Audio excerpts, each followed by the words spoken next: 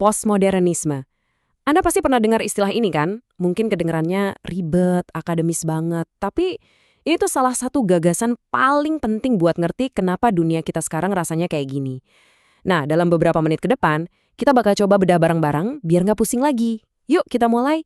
Coba deh, pernah nggak sih Anda ngerasa kalau batas antara kehidupan nyata Anda sama apa yang ada di media sosial itu jadi makin tipis? Seolah-olah citra diri Anda yang diposting online kadang terasa lebih nyata daripada diri Anda pas lagi santai di rumah.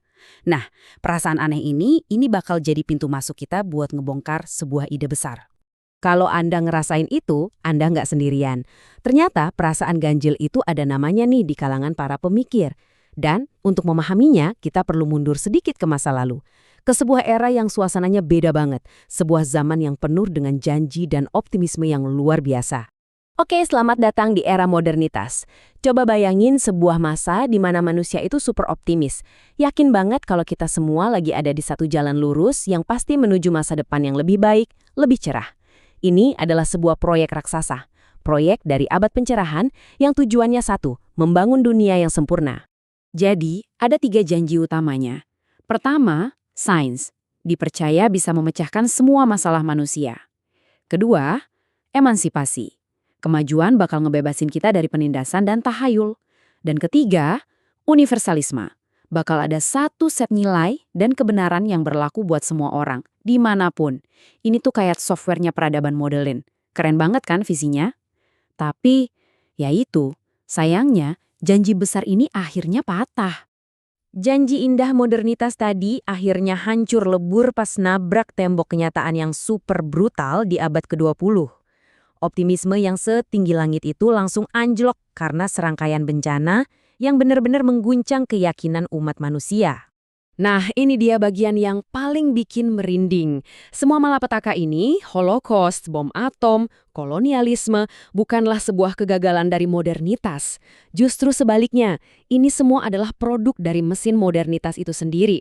Efisiensi birokrasi, logika industri, dan kemajuan sains yang diagung-agungkan ternyata bisa dipakai untuk menciptakan kengerian yang tak terbayangkan. Jalan lurus menuju kemajuan ternyata bisa belok ke jurang. Kutipan ini yang ditulis sama filsuf yang kabur dari kejaran Nazi, kayaknya ngerangkum semuanya. Gagasan pencerahan yang harusnya bawa terang, ternyata punya sisi gelap yang bisa melahirkan bencana. Nah, dari puing-puing kepercayaan yang hancur inilah sebuah cara pandang baru mulai tumbuh. Sekarang kita masuk ke intinya. Jadi, kalau modernitas itu adalah keyakinan pada satu cerita besar tentang kemajuan, maka postmodernisme adalah kesadaran pahit bahwa cerita itu nggak terbukti. Ini adalah soal runtuhnya kepercayaan kita pada semua cerita-cerita besar yang dulu jadi pegangan. Oke, untuk ngerti postmodernisme, ada satu kata kunci yang wajib kita pegang. Metanarasi, atau gampangnya cerita besar. Bayangin metanarasi itu kayak skenario film yang super simple, yang ngejelasin semua sejarah manusia dalam satu alur cerita yang lurus dan pasti. Nah, postmodernisme itu intinya adalah skeptis sama skenario-skenario kayak gitu. Dan ini dia definisinya, yang paling terkenal. Dari Lyotard. Postmodernisme itu sederhananya adalah sikap nggak percaya lagi sama metanarasi, nggak percaya lagi sama satu cerita tunggal apapun yang ngaku punya semua jawaban. Udah nggak ada lagi satu peta yang bisa dipakai semua orang. Masih bingung? Oke, kita lihat contoh paling gampang deh, arsitektur. Gedung-gedung modernis itu percaya sama satu gaya universal, bersih, fungsional, serius. Bentuk mengikuti fungsi, titik.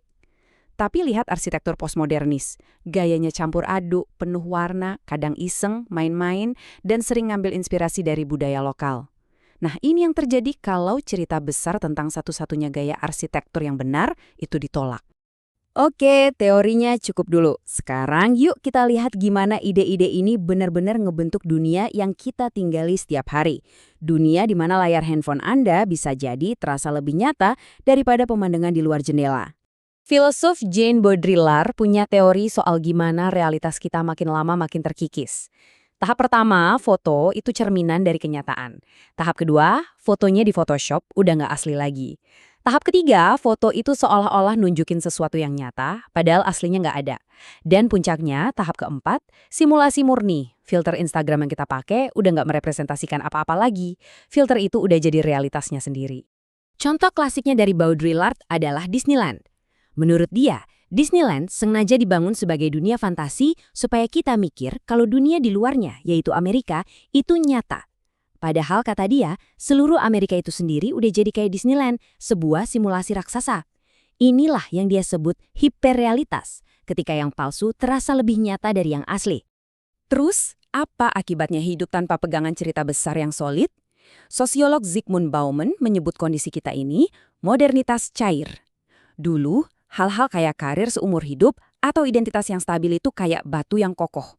Sekarang, semuanya udah mencair. Jadi cair, fleksibel, nggak pasti, dan terus-menerus berubah. Jadi, pertanyaan besarnya sekarang adalah, dunia tanpa cerita besar ini sebetulnya sebuah kemajuan atau kemunduran?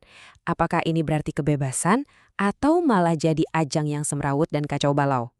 Nah, inilah dua sisi mata uang dari dunia postmodern. Di satu sisi, ini membebaskan. Kita jadi lebih kritis sama penguasa, dan ada ruang buat suara-suara yang dulunya nggak kedengeran. Nggak ada lagi yang namanya satu ukuran buat semua. Tapi di sisi lain, ini bisa jadi kacau. Ketika nggak ada lagi kebenaran bersama, kita masuk ke era pasca kebenaran atau post-truth, di mana fakta dan hoaks jadi susah banget dibedain. Dan semua ini meninggalkan kita dengan satu pertanyaan raksasa. Kalau peta lama dari zaman modernitas udah nggak bisa diandalin lagi, terus gimana cara kita menavigasi dunia ini? Cerita apa yang bisa kita bangun bersama-sama dari sini? Nah, itulah tantangan terbesar di zaman kita sekarang.